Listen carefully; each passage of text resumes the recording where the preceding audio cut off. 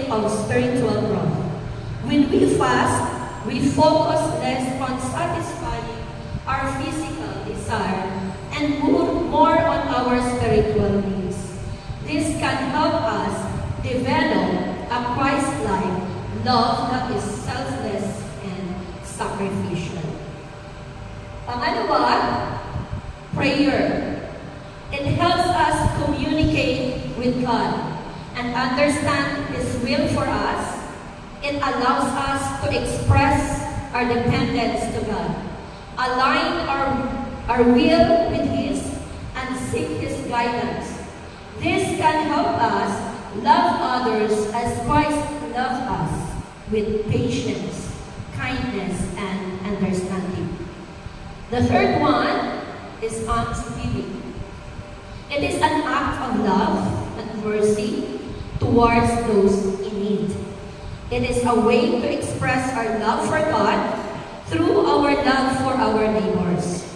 It is the fundamental call of Christians to charity, the giving of necessity to the needy. This can help us develop a Christ-like love that is generous and compassionate.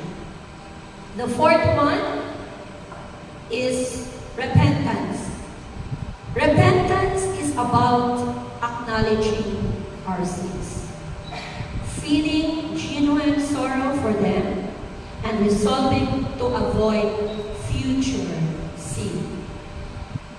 In 1 John chapter 1, verse 9, it says, "If we confess our sin, He is faithful and just to forgive our sins and to cleanse us from all unrighteousness."